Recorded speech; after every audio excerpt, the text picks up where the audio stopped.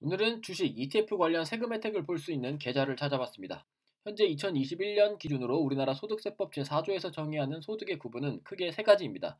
종합소득, 양도소득, 퇴직소득 이렇게 세 가지 있고요. 그리고 종합소득 안에 이자소득, 배당소득, 사업소득, 근로소득, 연금소득, 기타소득이 있습니다. 이번에 주로 다루는 건 배당소득입니다. 자, 그러면 주식 ETF에 세금이 어떻게 적용되는지 보겠습니다. 먼저 크게 국내에 상장된 것과 해외에 상장된 것으로 나누고요. 국내 상장은 국내 주식, 국내 ETF, 기타 ETF로 다시 나누고 해외 상장은 해외 주식과 해외 ETF로 나눴습니다. 오늘은 절세 계좌에 대해 이야기할 거니까 국내 상장 상품 위주가 될 겁니다. 국내 주식은 말 그대로 국내 시장에 상장된 주식으로 삼성전자 같은 게 있죠.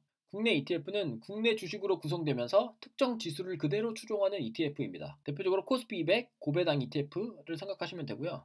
기타 ETF는 국내 ETF가 아닌 ETF를 말합니다. 즉 해외 지수를 추종하는 나스닥100이라든가 국내 주식으로 구성되어 있더라도 인버스, 레버리지 등은 기타 ETF에 속합니다. 해외 주식은 애플, 구글 같은 걸 얘기하는 거고 해외 ETF는 해외에 상장된 ETF, S&P 500 ETF 같은 걸 말합니다. 이 주식이나 ETF를 통해 수익을 낼 수 있는 방법은 두 가지죠. 싸게 사서 비싸게 파는 매매 차익과 배당금이 있습니다. 각각 세금이 다른데요. 배당금이 쉬우니까 배당금을 먼저 볼게요. 배당금에는 배당소득세가 적용됩니다. 이거는 종류 불문하고 다 똑같아요. 국내 주식, 국내 ETF, 기타 ETF, 해외 주식, 해외 ETF 모두 배당금에는 배당소득세가 적용됩니다. 지방세 포함 15.4%고요. 원천 징수됩니다. 내 계좌에 배당금이 들어올 때 증권사에서 알아서 떼고 준다는 거죠. 해외 주식이나 해외 ETF는 세율이 국가마다 다른데 미국은 15%고요. 역시 알아서 떼고 계좌로 들어옵니다. 크게 신경 쓸 게 없어요. 다만 이 배당소득세의 합이 2천만 원이 넘어가면 2천만 원 초과분이 종합소득세에 합산됩니다. 무슨 말이냐면 소득의 구분 페이지로 돌아가서 사회초년생을 예로 들어볼게요. 사회초년생은 보통 종합소득 중에 근로소득밖에 없죠. 그래서 연초에 회사에서 근로소득에 대한 연말정산만 하면 따로 종합소득세 신고를 할 필요가 없어요. 원래는 은행 예금이자로 인한 이자소득이나 배당소득이 있으면 5월에 종합소득세 신고를 다시 해야 돼요.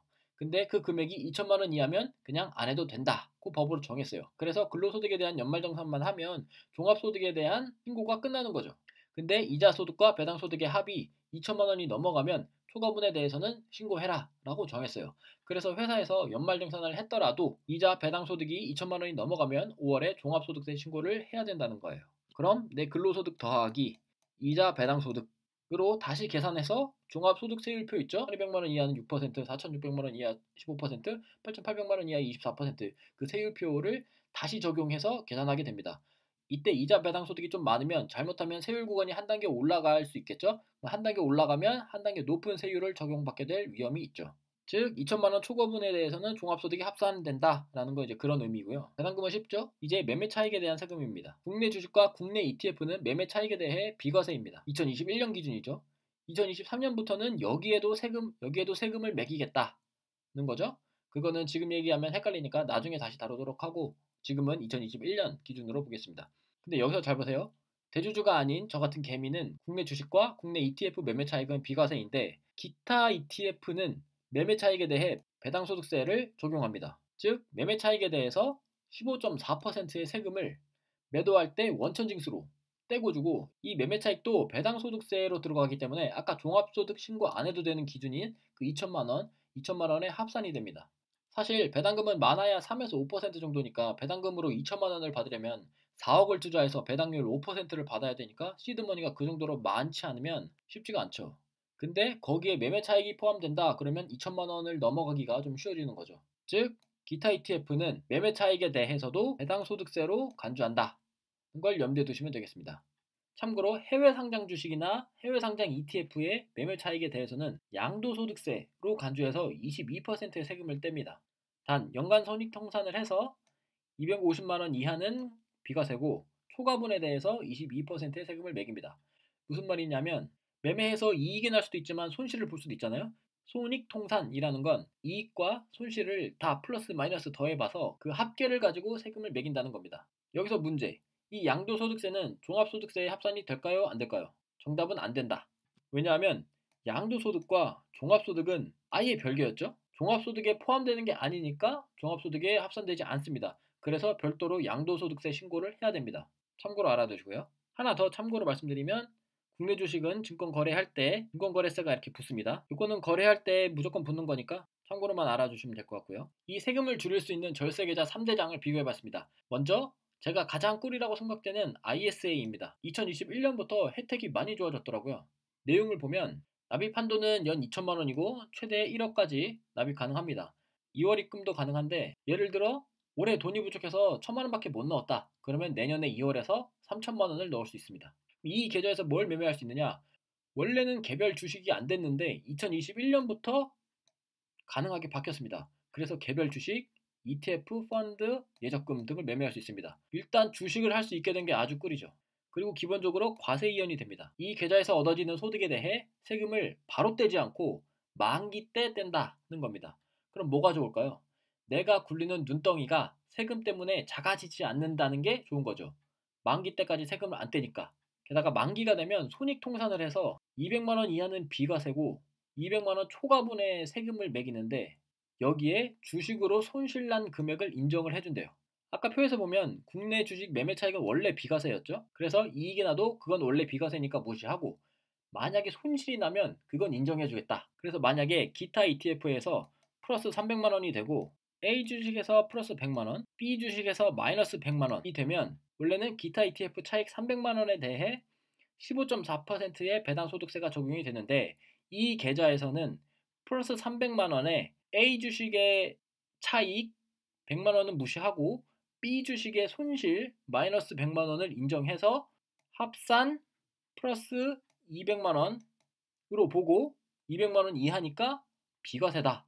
이렇게 본다는 거죠. 엄청 꿀이죠? 게다가 만약 200만 원을 초과하면 초과분에 대해서는 9.9%의 세율로 세금을 매기고 분리과세를 한다. 분리과세를 한다는 건 원래는 배당소득세니까 2천만 원 넘느냐 안 넘느냐에 따라서 종합소득에 합산을 해야 되는데 그거 안 해도 된다. 그냥 세금 9.9%낸 걸로 다 끝내겠다는 겁니다. 세율도 15.4%보다 낮고 게다가 분리과세고 좋은 거죠. 자, 지금까지 얘기한 건 만기 전에는 이렇게 세금을 안 낸다. 만기 때는 세금을 적게 낸다 였죠? 그럼 만기가 언제냐? 3년입니다. 꽤 길다고 생각될 수도 있어요. 3년이나 돈이 묶이는 건가 싶었는데 중도 인출이 됩니다. 납입한 원금 내에서는 혜택이 그대로 유지되면서 자유롭게 중도 인출이 되고요. 납입 원금 초과액, 그러니까 수익금이 되겠죠? 수익금을 중도 인출하면 원래 내야 했던 배당 소득세를 뱉어내면 된다. 나쁘지 않다고 봅니다. 원래 내야 했던 거 그대로 돌려주기만 하면 되니까 나는 그때까지 과세 이연 혜택은 받고 적어도 미치는 장사는 아니죠. 만기를 못 채운다고 해도. 그리고 세액공제도 가능해요. 세액공제는 지금까지 말씀드린 이 계좌의 기본 특성과 분리해서 생각하시는 게 이해하기 편하실 겁니다. 앞으로 나올 것들도 계좌의 기본 특성과 세액공제는 분리해서 생각하시는 게 이해하기 편하실 겁니다. 어쨌든 지금까지 얘기한 건 계좌의 기본 특성이었고 만약에 원한다면 만기 때 자금을 연금저축계좌나 IRP로 이동해서 세액공제를 받을 수도 있다. 그때 납입액의 10%를 인정해주고 그 한도는 최대 300만 원이다. 그리고 이 300만 원은 추가되는 세액공제다. 이거고요. 이거는 이따가 연금저축계좌 할 때 다시 말씀드릴게요. 한 가지 리스크가 있다면 지금까지 ISA 계좌는 신탁형과 1임형이 있는데 신탁형은 내가 펀드 상품을 골라서 사는 거고 1임형은 증권사에 다 맡겨서 알아서 굴려주게 하는 겁니다. 그래서 운영 수수료가 있어요. 미래에셋 기준으로 0.05%에서 0.1%인데 올해부터 주식 거래가 가능해지면서 계좌형이 새로 생겼어요. 내가 알아서 주식도 사고 ETF도 사고 이렇게 계좌처럼 운영하는 거죠. 이게 수수료가 얼마가 있을지 아직 모르겠습니다. 왜냐하면 주식 거래가 가능한 ISA가 아직 오픈을 안 했거든요. 증권사에서 시스템 개발 중이라고 하고요. 신한금융투자가 2월 이후에 오픈될 예정이라고 되어 있더라고요. 아마 수수료가 없지 않을까요? 없어야 될 것 같은데요. 개인이 알아서 운영하는 형태니까. 그러면 IS의 장점과 단점을 다시 간단히 정리해 볼게요. 먼저 장점 1. 과세 이연이 돼서 내 눈덩이가 작아지지 않는다. 2. 손익통산이 되고 거기에 주식의 손실도 인정이 된다. 3. 손익통산 200만 원 이하는 비과세다. 4. 만기 시 손익통산 200만 원 초과분에 대해 저이율 9.9%로 분리과세한다. 5. 원금의 중도 인출이 자유롭다. 6. 수익금의 중도 인출 시 원래대로 일반 과세만 하면 된다. 이게 왜 장점이냐면 연금저축이나 IRP 계좌 대비 장점이에요. 이따가 보시면 나옵니다. 7. 세액공제도 가능하다. 단점은 계좌형 ISA에 수수료가 있을 수 있다는 건데 이거 없으면 사실상 단점이 없다고 봅니다. 안 할 이유가 없는 계좌인 거죠. 그러면 개인연금저축계좌와 IRP를 보겠습니다. 많이들 알고 계실 텐데요. 납입 한도는 두 계좌 합쳐서 연 1,800만 원이고요. 거래 가능 상품이 기본적으로 ETF, 펀드고 IRP는 예금 같은 원리금 보장형 상품도 가능합니다. ISA와 달리 주식 거래가 안 되는 게 단점이죠. 하지만 마찬가지로 과세이연이 되고 손익통산이 됩니다. 다만 ISA와 달리 200만 원 이하 비과세 그런 건 없습니다. 만기 때 세금을 냈는데 이때 세율은 연금소득세로 3.3에서 5.5%로 ISA보다 낮고 역시 종합소득과 무관한 분리과세입니다. 근데 무조건 연금 형태로 10년에 걸쳐서 수령해야 됩니다. 일시불로 받으면 기타 소득세로 16.5%를 내야 돼요. 내가 냈어야 하는 배당 소득세 15.4%보다 많이 내게 되는 거죠. 물론 그동안에 과세 이연의 혜택이 있어서 눈덩이가 더 커졌을 수도 있지만 만기는 언제냐? 만 55세 이후면서 가입기간이 5년 이상입니다. ISA보다 길죠? 특히 나이가 어릴수록 만 55세 조건이 기다리기 힘들 수 있어요. 그리고 연금저축은 중도인출이 자유로운데 IRP는 무주택자의 주택구입 등 법적 사유가 발생해야만 중도인출이 됩니다. 그렇지 않으면 중도인출이 안 돼요. 치명적인 단점이죠. 두 계좌 모두 중도인출을 한다면 세액공제를 받았느냐 안 받았느냐에 따라서 기타 소득세를 내야 될 수도 있지만 세액공제는 일단 별개로 생각하는 게 편하니까 무시한 상태에서 원금은 비과세, 운용수익금액은 기타 소득세 16.5%가 됩니다. 여기서 ISA의 수익금 중도인출 일반과세가 왜 장점인지 나오죠? ISA는 수익금을 인출하면 일반과세, 원래 내야 하는 15.4%를 내면 되는데 연금저축계좌나 IRP는 기타 소득세로 원래 내야 하는 배당소득세보다 많은 16.5%를 내야 합니다. 여기까지가 계좌의 기본 특성이고 원한다면 세액공제를 받을 수 있죠. 개인연금저축계좌 최대한도 400만원, 개인연금 플러스 IRP 합산 한도 700만원, 개인연금 플러스 IRP 플러스 ISA 합산 한도 1000만원입니다. 이 두 계좌는 운용수수료는 없고요. 개인연금저축계좌와 IRP의 장단점을 다시 간단히 정리해보겠습니다. 먼저 개인연금저축계좌입니다. 장점 1. 과세이연이 돼서 눈덩이가 작아지지 않는다. 2. 만기 시 저이율 3.3%에서 5.5%로 분리과세된다. 3. 세액공제가 가능하다. 4. 중도인출이 자유롭다. 하지만 단점은 1. 만기가 길다. 2. 만기 후 연금으로 수령해야 한다. 3. 수익금을 중도인출하면 기타 소득세를 내야 된다. 4. 주식 매매가 안 된다. 다음은 IRP의 장단점입니다. 장점 1. 과세이연이 돼서 눈덩이가 작아지지 않는다. 2. 만기 시 저이율 3.3%에서 5.5%로 분리과세된다. 3. 세액공제가 가능하다. 단점은 1. 만기가 길다.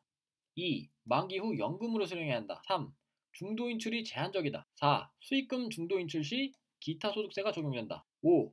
주식 매매가 안 된다. 이 페이지는 세 계좌를 비교해서 총 정리해 놓은 표입니다. 나중에 다시 천천히 보고 싶으시면 여기서 일시정지 해놓고 보시면 되고요. 제 블로그에도 있습니다. 제가 생각해본 전략입니다. 각자 운영하는 금액과 투자 상품, 개인적인 상황 등에 따라서 전략이 달라지겠지만 넓게 포괄적으로 정리해봤고요. 두 가지 케이스인데요. 먼저 연금 만기와 연금 수령이 부담스러운 경우에는 이런 전략이 좋을 것 같아요. 주로 연금 만기까지 한참 남은 분들이겠죠? 일단 ISA 계좌를 1순위로 놓고 여기서 매매 차익에 배당 소득세가 붙는 기타 ETF를 운영을 하고 한도가 남으면 주식을 담고 그래도 남으면 그때 국내 ETF까지 담는다. 만약에 ISA 계좌 한도가 부족하면 2순위로 개인 연금저축을 활용한다. 여기도 1순위도 당연히 매매 차익에 배당 소득세가 있는 기타 ETF 그리고 2순위가 국내 ETF. 아쉽게도 주식은 여기서 거래가 안 되니까 주식을 더 담고 싶으면 일반 계좌로 가야겠죠. IRP는 사실상 세액공제 300만원 받고 나면 연금저축 대비 좋은 게 없어서 굳이 필요 없을 것 같네요. IRP에 넣을 바에는 개인연금저축에 넣는 게 낫다. 한도를 공유하니까. 이렇게 해놓고 세액공제는 필요에 따라서 각 계좌별로 납입한 거 가지고 세액공제 받으면 되고 만약에 부족하면 조금씩 더 납입하면 되는 거고요. 다음은 연금 만기가 가깝고 연금 수령이 부담스럽지 않은 경우입니다. 이 경우에는 세액공제도 최대한으로 받는 게 유리하겠네요. 연금 만기가 가까웠으니까. 그러면 ISA에는 일단 기타 ETF를 담는데 대충 예상해서 손익통산 한 200만원 이하 정도 되겠다 하는 그 정도의 투자금만 합니다. 왜냐하면 200만원까지는 완전 비과세니까 최고죠. 남은 한도는 주식을 담고요. 그리고 ISA에 요 정도만 넣다 보니까 다 못 담은 기타 ETF가 있으면 요거는 개인연금저축에 넣고요. 그리고 이 개인연금저축에 한도가 남으면 국내 ETF를 담으면 되겠네요. IRP는 마찬가지로 개인연금저축 대비 나은 게 없으니 300만원으로 세액공제만 받으면 되겠네요. 이 케이스에서는 세액공제도 고려를 해야 되니까 납입 순서를 생각해보면 세액공제 때문에 연금저축에 400만원을 먼저 넣고 그 다음에 IRP에 300만원을 넣고 그 다음에 ISA에 넣고 한도가 모자라 내 투자금이 남았어 그러면 다시 연금저축에 넣고 그래도 모자르면 그때 일반 계좌까지 간다. 만약에 주식을 담아야 된다 그러면 어쩔 수 없이 ISA 다음에 일반 계좌로 넘어가야 되고요. 블로그에 정리한 자료랑 근거가 되는 법령까지도 정리해 두었으니까 참고하시고요. 오늘도 파이프맨들 화이팅!